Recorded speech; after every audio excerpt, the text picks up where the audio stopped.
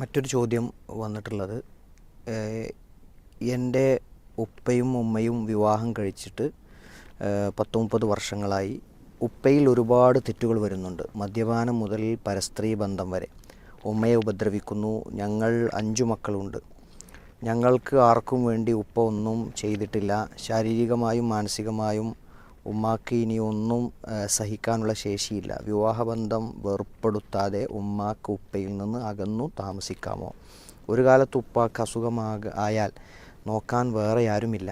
അങ്ങനെ ഒരു അവസ്ഥ വന്നാൽ ഉമ്മാക്ക് ഉപ്പയെ നോക്കണമെങ്കിൽ ഈ ബന്ധം വേണ്ടേ എന്നാണ് ഉമ്മ പറയുന്നത്. എന്നാൽ ഇപ്പോഴത്തെ അവസ്ഥയിൽ ഈ അക്രമങ്ങൾ സഹിക്കാനാവുന്നില്ല. വല്ലാത്തൊരവസ്ഥയിലാണ് ഞങ്ങളുടെ കുടുംബം. ഉപ്പയുടെയും കുടുംബത്തിൽ മറ്റു ആളുകൾ ഉപ്പയുടെ ഇതേ പാത തന്നെ പിന്തുടർന്നു പോകുന്ന അവസ്ഥയുണ്ട്. കൗൺസിലിംഗ് എന്തെങ്കിലും ലഭിക്കാൻ വഴിയുണ്ടോ? എന്താണ് ചെയ്യേണ്ടത്?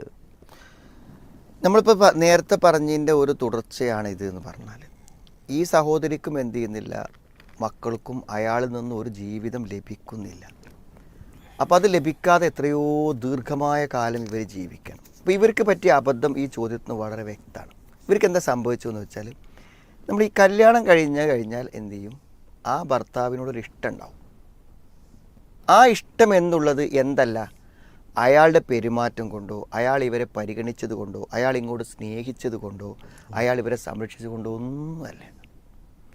അത് ഒരു സ്ത്രീ വിവാഹം കഴിഞ്ഞ് വരുമ്പോൾ ഇനി എൻ്റെ ജീവിതം ഇയാളിലാണ് എൻ്റെ എല്ലാം എന്ന നിലക്ക് എന്ത് ചെയ്യാണ്, അയാൾ എൻ്റേത് എന്നുള്ള നിലക്ക് അയാൾ അങ്ങോട്ട് സ്വീകരിക്കണം, അങ്ങോട്ട് ഇഷ്ടപ്പെടുകയാണ്.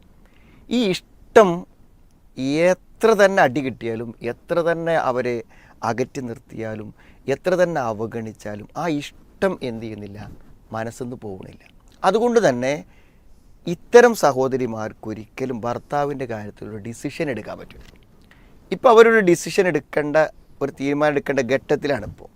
അതായത് എല്ലാ നിലക്കും അയാളെ സഹിക്കാൻ പറ്റാത്തൊരവസ്ഥയിൽ ഒഴിവാക്കാൻ വേണ്ടി ശ്രമിക്കുമ്പോഴും അവർ ചിന്തിക്കണം എന്താണ്, ഇയാൾക്ക് അസുഖം വന്ന ആരാ നോക്കുക. അതാണ് സ്ത്രീകളുടെ വീക്ക്നെസ്. അതിന് ആ ഒരൊറ്റ വീക്ക്നെസ്സും വേണം ഇന്ന് അനേകം പുരുഷന്മാരെന്ത് ചെയ്യണത്, ജീവിച്ചു പോണത്. നേരെ മറിച്ച് ഇവർ നല്ലൊരു സമയത്ത് കുട്ടികളെടുത്ത് ഇറങ്ങുകയാണെങ്കിൽ അയാളൊരു പരിഹാരം ഉണ്ടാകാൻ അയാൾ ശ്രമിക്കും. അതാണ് വേണ്ടത്. ഈ രൂപത്തിൽ അയാളെ ഉപദേശിക്കാനോ പറഞ്ഞു കൊടുക്കാനോ ആർക്കും പറ്റാതെ വരികയാണ്. പിന്നെ കുറച്ച് കഴിയുമ്പോൾ എന്താ വെച്ചാൽ, ഈ മക്കളൊക്കെ വളർന്നു വരുമ്പോൾ പിന്നെ മക്കളുടെ ഒരു തണലിൽ ഇവർ ജീവിച്ചു പോവുകയാണ്. സാധാരണ വിധവകളൊക്കെ ജീവിക്കണ പോലെ മക്കളുടെ ഒരു സപ്പോർട്ടിൽ പുതിയ പ്രതീക്ഷകൾ വെച്ചിട്ട് ജീവിച്ചു പോകണം. പിന്നെ മകന് കല്യാണം കഴിക്കണമെങ്കിൽ വാപ്പിയമ്മയും വേർപെട്ടു പറഞ്ഞാലും മകന് കല്യാണം കിട്ടൂല. അല്ലെങ്കിൽ മകളുടെ ഭർത്താവ് ബന്ധു വീട്ടിലത് അറിഞ്ഞാൽ അവിടെ പ്രശ്നമാവും എന്ന് പറഞ്ഞ് ഈ വിവാഹബന്ധം നിർബന്ധിതമായി മുന്നോട്ട് കൊണ്ടുപോകാൻ ഇത് എത്ര വൈകുന്നുവോ അത്ര പിന്നെ വേർപെടാൻ ബുദ്ധിമുട്ടുകളാവും. ഇവർ വളരെ ലേറ്റാണ്. ഇനി മാറി ചിന്തിക്കുക എന്നുള്ളത് അവർക്ക് ചിലപ്പോൾ സാധ്യമായി കൊള്ളണമെന്ന് തന്നെ ഇല്ല. കാരണം അയാൾക്ക് ഇനി വേറെ വിവാഹം കഴിച്ചിട്ട് ഒരു അവസ്ഥ ഉണ്ടാക്കുക എന്നുള്ള അയാൾക്ക് ഏതായാലും സാധിക്കില്ല. അപ്പോൾ ഇനി ഇയാൾ എന്താ കാട്ടുക, ഒഴിവാക്കുക എന്നറിയുമ്പോൾ എവിടെ കൊണ്ടുപോയി ഒഴിവാക്കുക. പിന്നെ ആളുകളോട് പറയുമ്പോൾ എന്താണ്, ഇത്ര കാര്യമില്ലാത്തൊരു പ്രശ്നം ഇപ്പം എന്ത് അയാൾക്ക് ഇപ്പം ഉണ്ടായി എന്ന് ചോദിക്കും.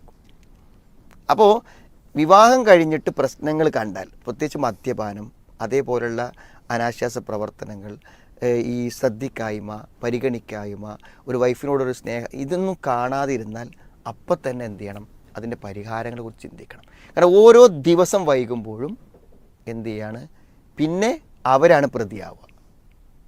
ഈ വിവാഹം കഴിഞ്ഞ് പെൺകുട്ടി പ്രതിയാവും. നീ എന്ത് ഇതുവരെ പറഞ്ഞില്ല. പിന്നെ ഒരു കുട്ടിയായാലോ ആ കുട്ടീനായിട്ട് പിന്നെ പോകണം. മനസ്സിലായി? ഓരോ ഘട്ടങ്ങളിലും അവർക്ക് തീരുമാനമെടുക്കാൻ വൈകും. ഇവർക്കൊന്നും ഇനിയൊരു തീരുമാനം എടുക്കാൻ എന്തില്ല, അവസരങ്ങളില്ല. ഇനിയിപ്പോൾ എന്തുള്ളൂ എന്ന് വിചാരിച്ചാൽ, പിന്നെ അവർക്ക് ഇയാളെ കൊണ്ട് ബുദ്ധിമുട്ടുകളുണ്ടെങ്കിൽ, ഇയാളെ കൂടെ ജീവിക്കുമ്പോൾ ഇയാളുടെ ഒരു ശല്യം സഹിക്കാത്തൊരവസ്ഥ ഉണ്ടെങ്കിൽ എന്ത് ചെയ്യാം, വേറിട്ട് ജീവിക്കാം. വേറിട്ട് ജീവിക്കുന്നതുകൊണ്ട് ഭാര്യ അല്ലാതെ ആവണില്ലല്ലോ.